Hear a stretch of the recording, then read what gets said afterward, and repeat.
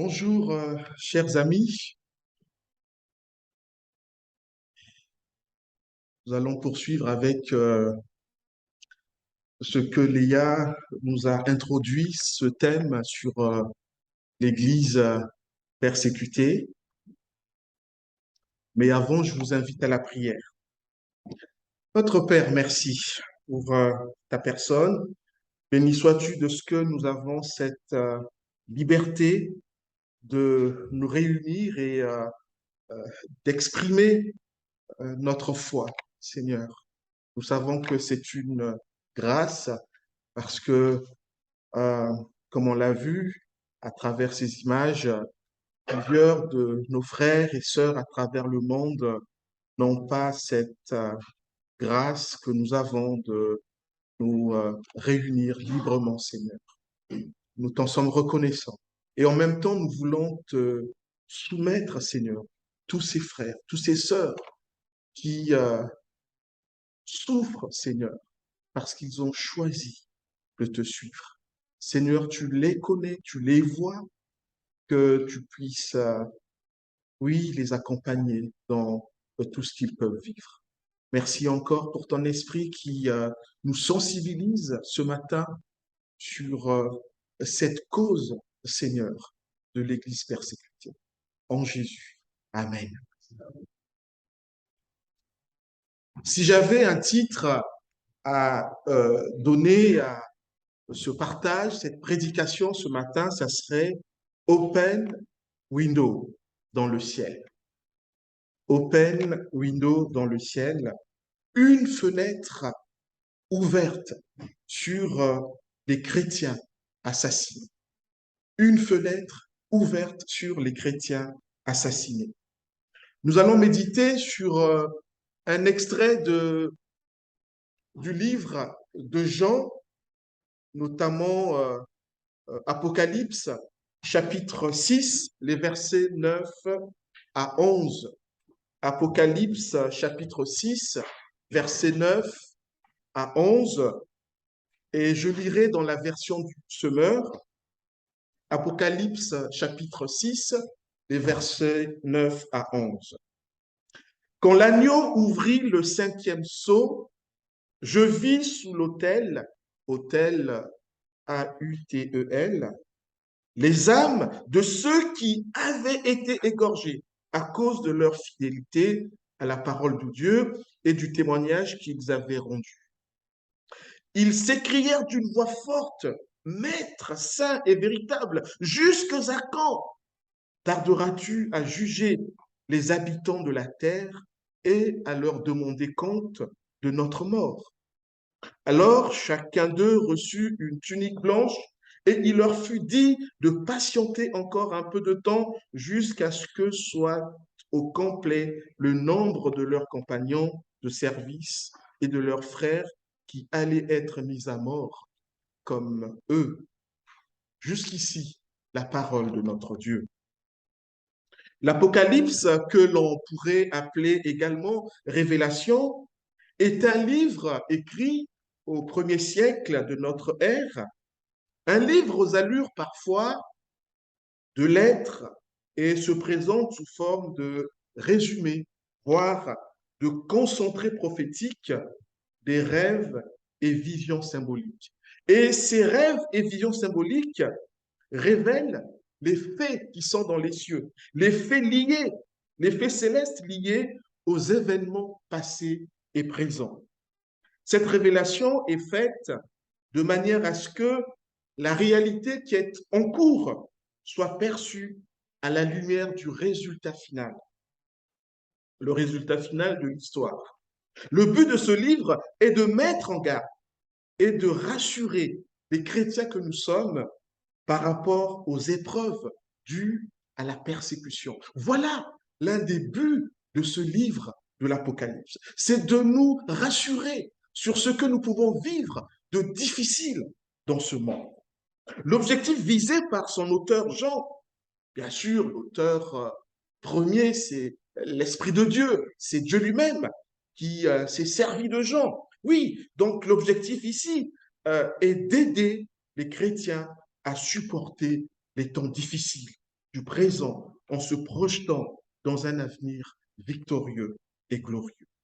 Cela fait, en quelque sorte, écho à ce qu'écrit l'apôtre Paul aux Romains lorsqu'il dit: «J'estime d'ailleurs qu'il n'y a aucune commune mesure entre les souffrances de la vie présente et la gloire qui va se révéler en nous.»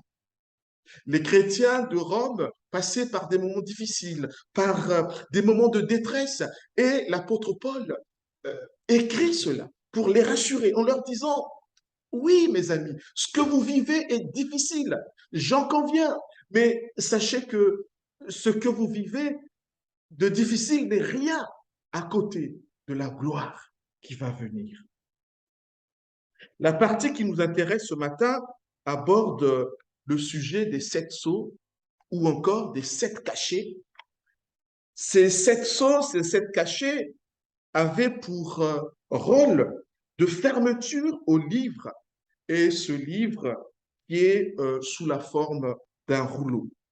L'ouverture de ce livre est une exclusivité de l'agneau immolé. Seul Jésus est en mesure, est habilité à ouvrir un tel livre, nous dit la Bible, et je vous renvoie à Apocalypse chapitre 5.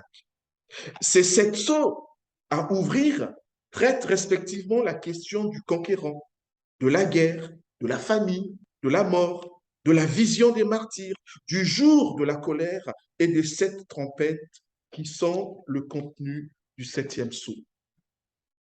Notre focus ou notre attention va porter ce matin sur le 5e sceau, à savoir la vision des martyrs, dans laquelle Jean voit les cieux ouverts. Nous allons tour à tour évoquer le cas des chrétiens assassinés, la raison de leur assassinat, leur besoin d'être vengés et le point de vue de Dieu sur cette vengeance. Les chrétiens assassinés, verset 9, tout au moins la première partie de ce verset. Quand l'agneau ouvrit le 5e sceau, je vis sous l'autel les âmes de ceux qui avaient été égorgés. Dans une sorte de rêve, ici, à l'ouverture du 5e sceau par l'agneau, c'est-à-dire par le Christ, Jean voit les âmes de ceux qui avaient été égorgés, de ceux qui avaient été immolés. Il voit. Nous savons que l'Apocalypse est un livre qui contient plein de symboles et plein de renvois aux écrits de l'Ancien Testament. Ces symboles et échos à l'Ancien Testament ont pour rôle de nous permettre de comprendre les écrits, de bien comprendre les textes bibliques. Il s'agit de grilles de lecture permettant la bonne interprétation du passage biblique. Ainsi, ici, les mots autel et égorgé ou immolé sont des symboles, voire des images qui renvoient au sacrifice. Le sacrifice qui était pratiqué autrefois sous l'Ancienne Alliance dans le temple. Donc ici, lorsque Jean nous parle de l'autel, lorsqu'il nous parle de l'agneau égorgé, il est en train de symboliser cet aspect du sacrifice. Ces croyants n'ont pas forcément été littéralement égorgés.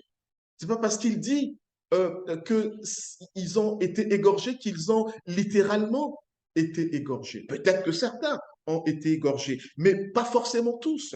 Mais c'est un symbole ici pour parler de ce sacrifice.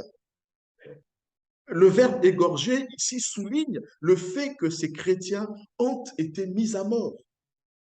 Nous savons bien que, de manière factuelle, Jésus n'est pas mort suite à un égorgement, mais plutôt suite à une crucifixion.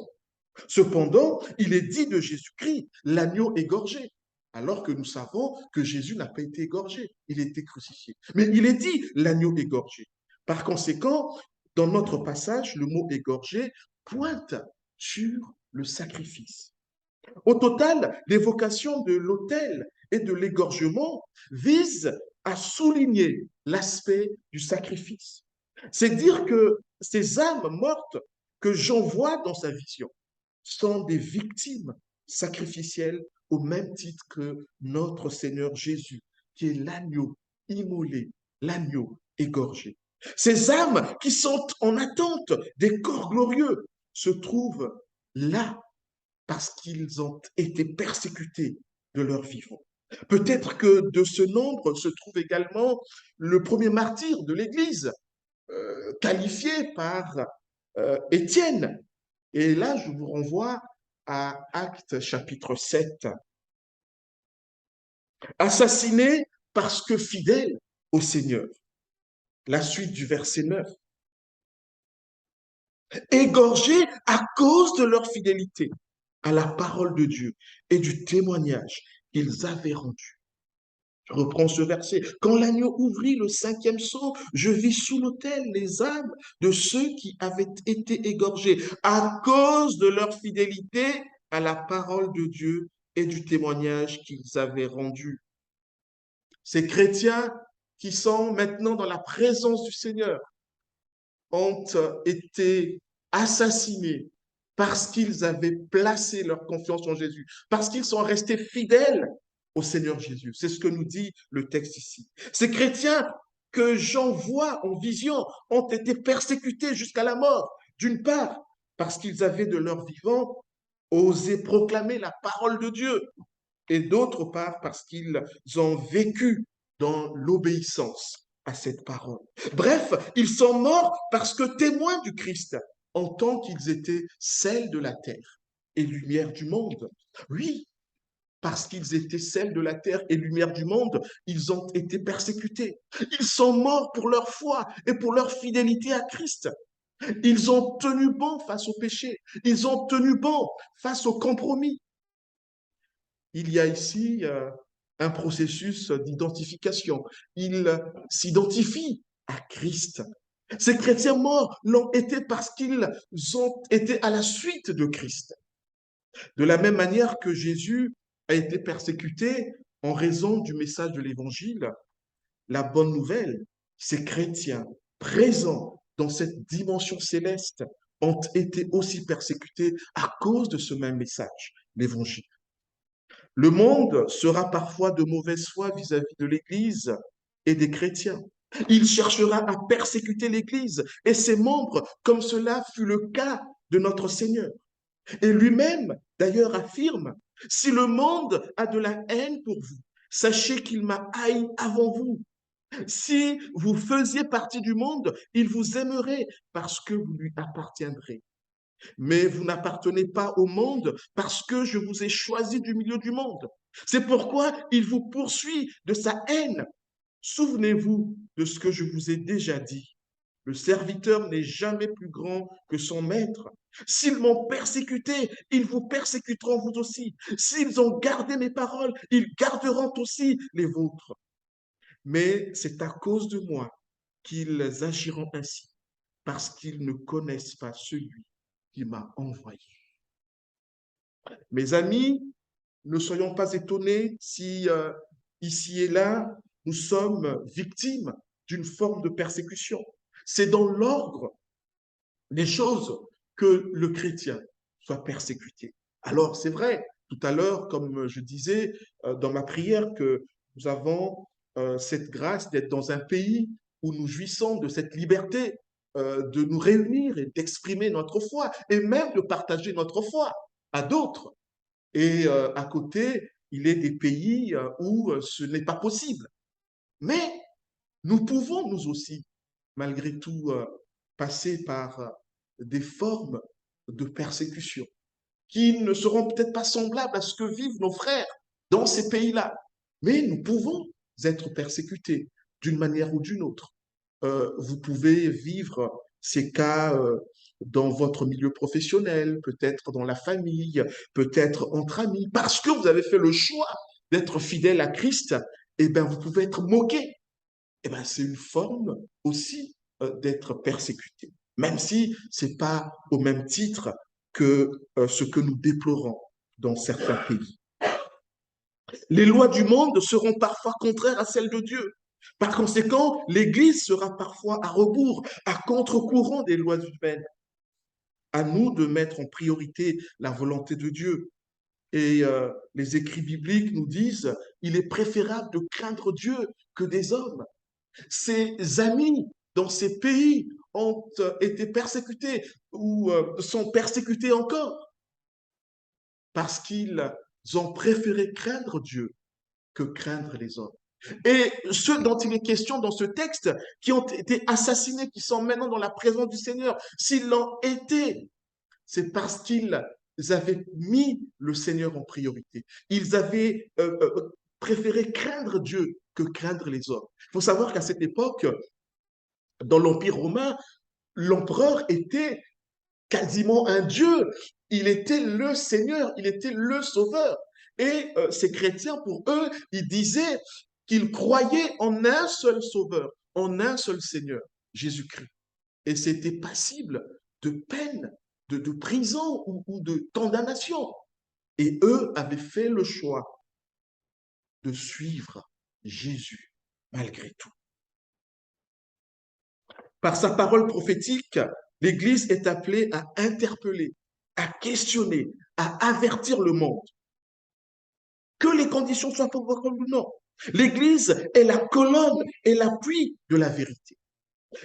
L'apôtre Paul dit, cette Église est une colonne qui proclame la vérité, un lieu où elle est fermement établie.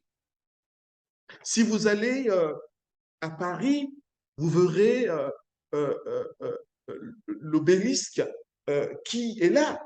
Mais la fonction de l'obélisque, en dehors de euh, cette fonction décorative d'une ville, elle était là pour annoncer, pour proclamer un message.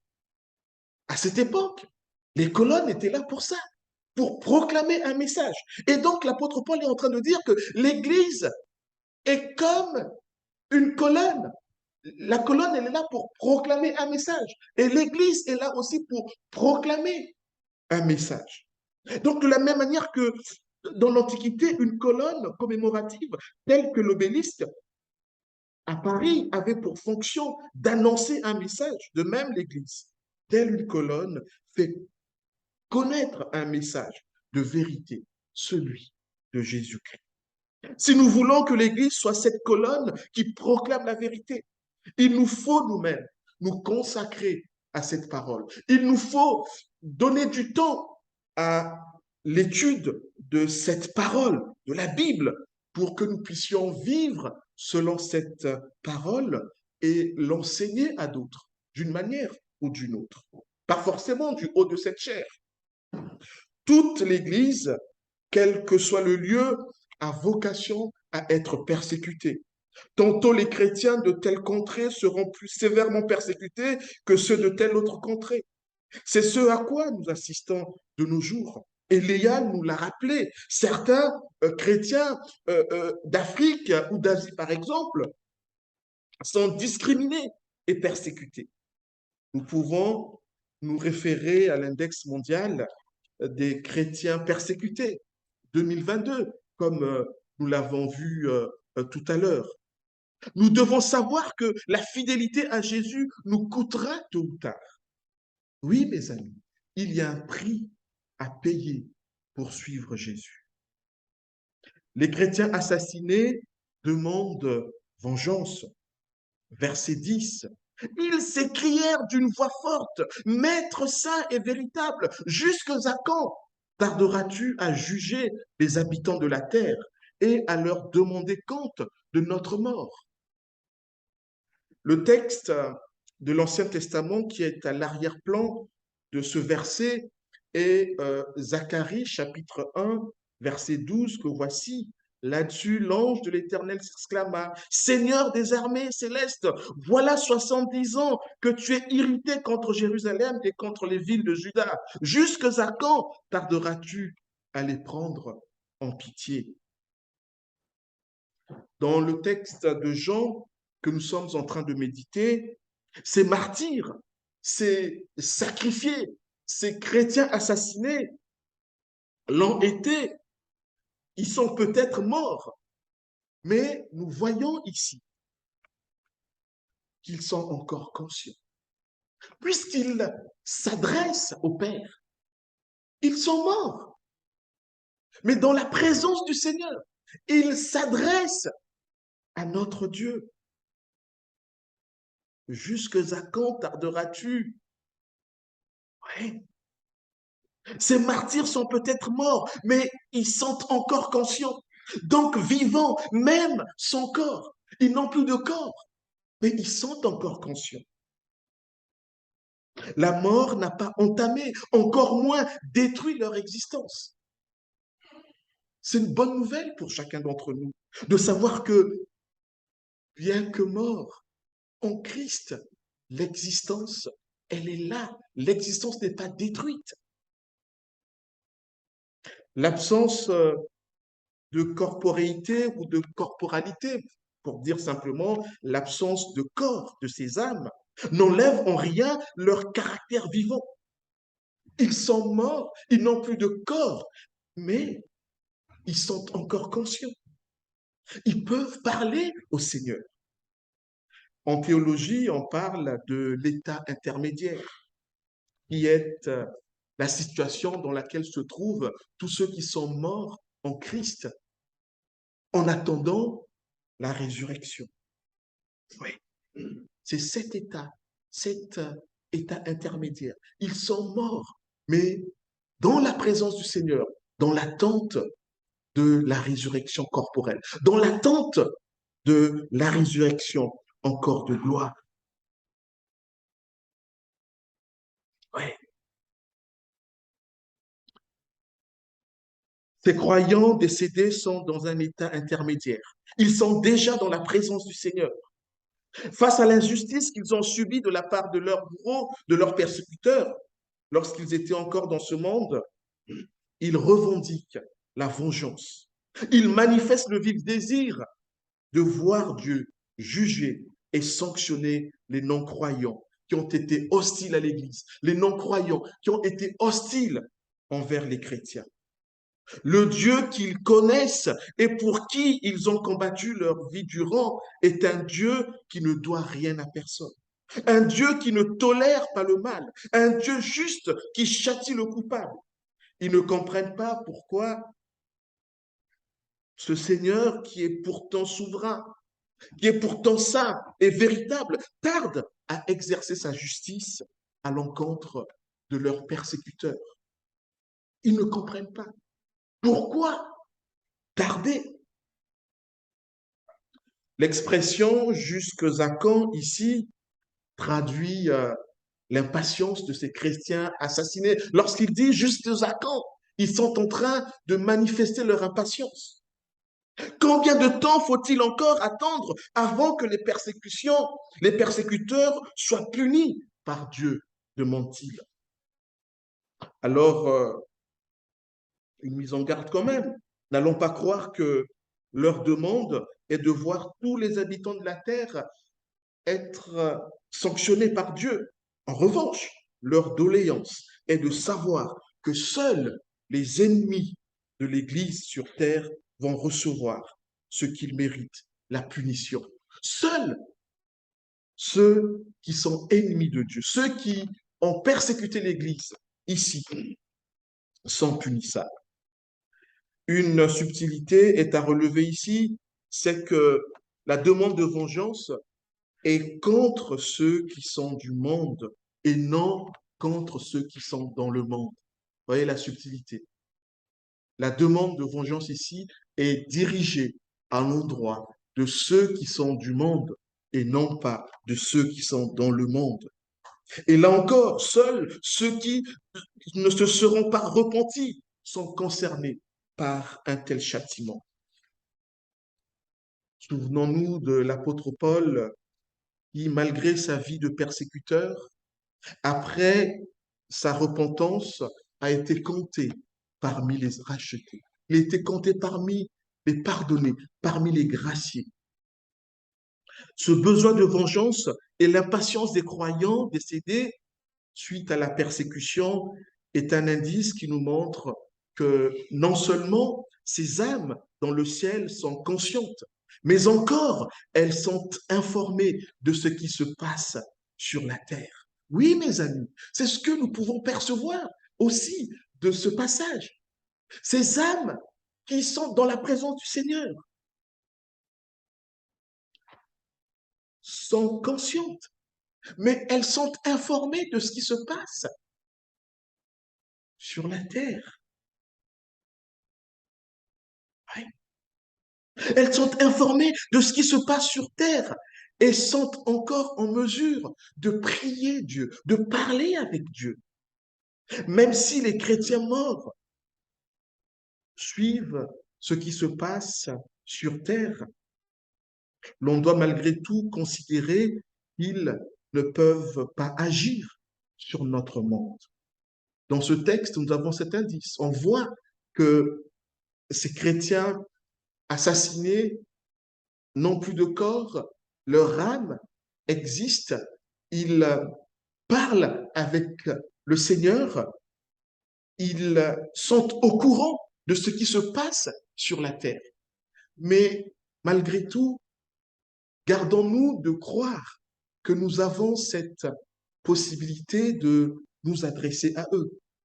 Eux ont la possibilité de s'adresser à l'agneau immolé. Ils ont la possibilité de s'adresser au Seigneur. Mais nous n'avons pas, nous ne sommes pas invités, appelés à échanger avec eux. Eux voient ce qui se passe, mais ne sont pas en relation avec eux. Et nous non plus, nous ne sommes pas en relation avec eux. Et d'ailleurs, sous l'Ancienne Alliance, Dieu avait donné cette injonction qu'il ne fallait pas que le peuple d'Israël, son peuple, puisse parler aux morts, puisse s'adresser aux morts.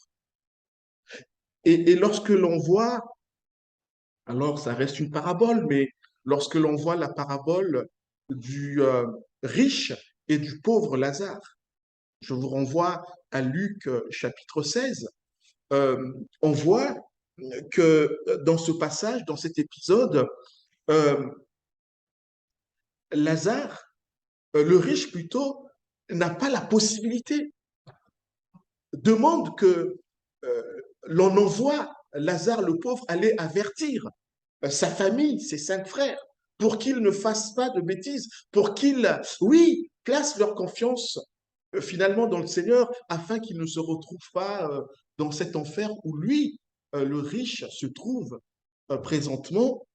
On voit que Abraham semble lui dire, euh, oui, on n'a pas envoyé un mort vers les vivants pour aller parler aux morts. La parole de Dieu, les prophètes sont là pour parler aux gens. Si nous voulons que Dieu nous parle, mes amis, la parole de Dieu est là. Nous n'avons pas besoin d'être à l'écoute d'un frère, d'un père, d'un oncle, d'un grand-père, d'une mère qui est décédée. Non, le Seigneur est suffisant. Sa parole est là pour nous parler. L'expression jusque à quand doit attirer notre attention. Ce jusque à quand est déjà fréquent dans la littérature de l'Ancien Testament. Comme exemple, il y a le prophète Habakkuk qui est également adepte du jusque à quand, dont il ne manquera pas d'interpeller Dieu face à l'injustice que subissait le peuple d'Israël. Oui, jusque à quand traduit ici cette impatience. La réponse du Seigneur à cette demande de vengeance. Verset 11. Alors, chacun d'eux reçut une tunique blanche, et il leur fut dit de patienter encore un peu de temps jusqu'à ce que soit complété le nombre de leurs compagnons de service et de leurs frères qui allaient être mis à mort comme eux. Quelle est la réponse de Dieu? Quelle est la réponse du Seigneur suite à cette demande de vengeance? La réponse du Seigneur passe par des paroles et des actes, plus précisément par des actes et des paroles bienveillants et consolateurs. En réponse à leur indignation, d'abord, chacun des martyrs est doté d'une tunique, voire d'une robe blanche. Nous avons déjà eu affaire à cette haute couture céleste dans le chapitre 3 de l'Apocalypse, versets 4 à 5, lorsque l'oracle suivant est adressé à l'église de Sardes. Cependant, tu as à ça quelques personnes qui n'ont pas sali leurs vêtements. Elles marcheront avec moi en vêtements blancs, car elles en sont dignes. Le vainqueur portera ainsi des vêtements blancs. Je n'effacerai jamais son nom du livre de vie. Je le, je le connaîtrai comme mien en présence de mon Père et de ses anges. Ces chrétiens assassinés qui sont dans la présence du Seigneur sont vêtus de robes blanches pour signifier qu'ils sont vainqueurs, pour signifier qu'ils ont été fidèles au Seigneur leur vie durant, pour signifier qu'ils ont marché comme le Seigneur le voulait. Et ils sont dignes de porter ces robes blanches. Nous pouvons supposer que malgré la persécution subie, ces croyants décédés qui sont dans la présence du Seigneur ont été jugés dignes de porter les vêtements réservés aux vainqueurs. Il y a un air de consolation et d'encouragement. C'est comme si le Seigneur était en train de dire à ses martyrs, OK, vous avez été injustement persécutés à cause de moi. Vous voulez maintenant que je punisse vos bourreaux, vos persécuteurs. Je vous ai compris, je vous ai entendu. Mais en attendant, mes amis, portez ces vêtements de vainqueurs. Pour le monde, ces chrétiens persécutés sont considérés comme des perdants, des losers. Mais pour Dieu, ces chrétiens persécutés sont des vainqueurs. Nous venons de voir que la consolation, oui, passait premièrement par le port de la robe blanche. Maintenant, on va voir que cette consolation passe également par l'invitation à patienter tranquillement dans le repos en attendant que viennent s'ajouter à leur nombre d'autres martyrs jusqu'à la liste complète. Pendant que nous consacrons ici et maintenant notre rencontre ce matin aux chrétiens persécutés dans le monde, alors que nous prions pour eux afin que cessent ces hostilités à leur endroit, force est de constater qu'aussi longtemps que Christ ne sera pas de retour, nous devons nous attendre à ce qu'hélas, les chrétiens soient persécutés, parfois jusqu'à la mort.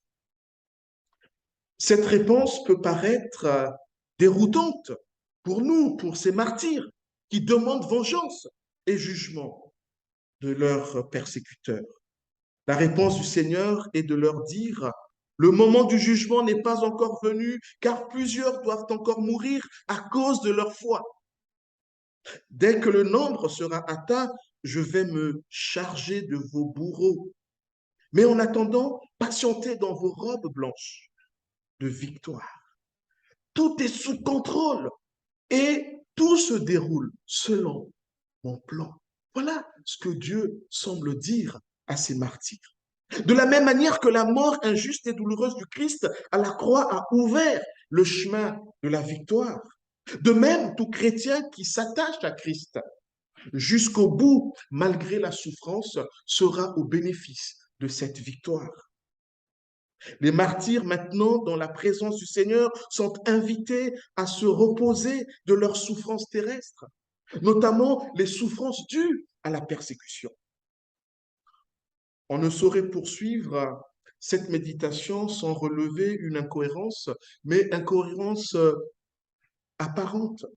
En effet, comment comprendre que des âmes sans corps soient vêtues? C'est un paradoxe.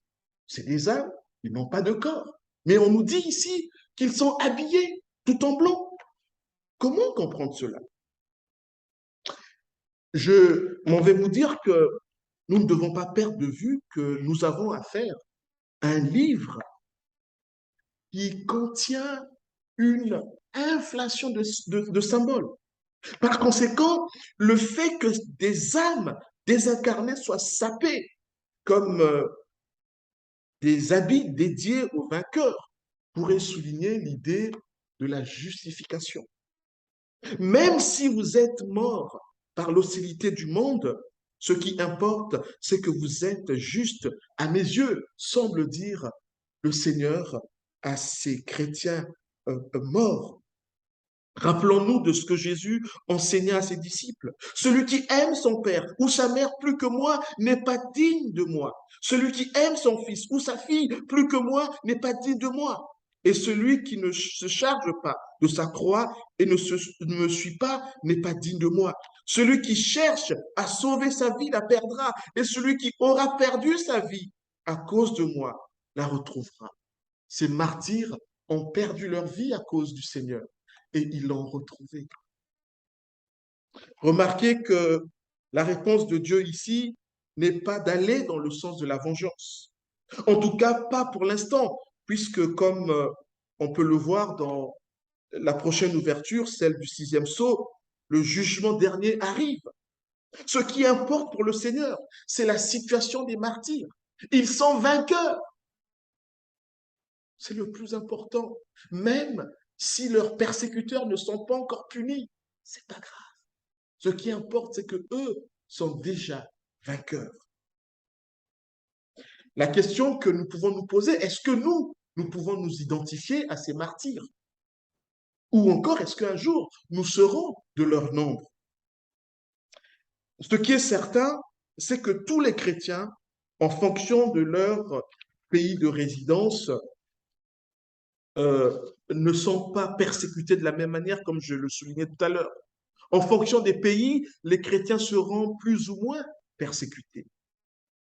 Chaque année, l'ONG Porte Ouverte, j'ouvre une parenthèse, il y a quelques semaines, le fondateur de cette ONG, appelé le frère André, est décédé. Il avait, me semble-t-il, plus de 90 ans. Il est décédé. Il a servi dans cette ONG qu'il a fondée. Oui, donc, cette ONG Porte Ouverte nous renseigne sur l'état de la liberté de religion dans les pays où les chrétiens sont fortement persécutés et discriminés pour leur foi. Oui, cette ONG nous renseigne sur le fait que la persécution des chrétiens s'accentue. Elle devient très forte. Et on voit que dans 50 pays, cette persécution est très forte.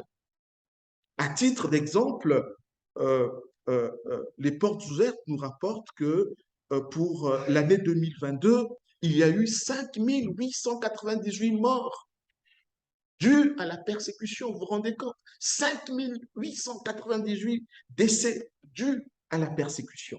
C'est énorme. Nous pouvons être consolés à l'idée de savoir que Jésus lui-même avait prophétisé son soutien à l'endroit des chrétiens lorsqu'ils seraient persécutés dans l'avenir. Il s'agit là, me semble-t-il, d'un véritable motif de consolation pour nous, à savoir que dans notre oppression, nous ne serons pas seuls. Et Jésus, nous le voyons dans ce que nous rapporte Luc. Mais auparavant, on se saisira de vous, dit-il, dit Jésus. On vous persécutera, on vous traduira devant les synagogues et vous serez jetés en prison. À cause de moi, vous serez traînés devant des rois et des gouverneurs. Ces choses vous arriveront pour vous donner l'occasion d'apporter un témoignage. Ayez donc cette ferme conviction. Vous n'aurez pas à vous préoccuper de votre défense. C'est moi, en effet, qui vous donnerai des paroles qu'aucun de vos adversaires ne pourra réfuter et une sagesse à laquelle personne ne pourra résister. Vous serez livrés même par vos parents, vos frères, vos proches et vos amis qui feront mettre à mort plusieurs d'entre vous. Tout le monde vous haïra à cause de moi, mais pas un seul cheveu de votre tête ne se perdra. En tenant bon, vous parviendrez au salut. C'est ce que vivent les martyrs dont il est question dans notre texte de méditation ce matin. Avant de terminer, j'aimerais relever ce fait que je trouve que j'ai trouvé assez frappant, c'est que le ministère, l'arrestation et le procès d'Étienne, Étienne le premier martyr, ressemblent fortement à ceux du Seigneur Jésus. Tel sera aussi au cours de l'histoire, jusqu'à ce que le Seigneur revienne, le parcours de l'Église. À nous de tenir bon. Amen.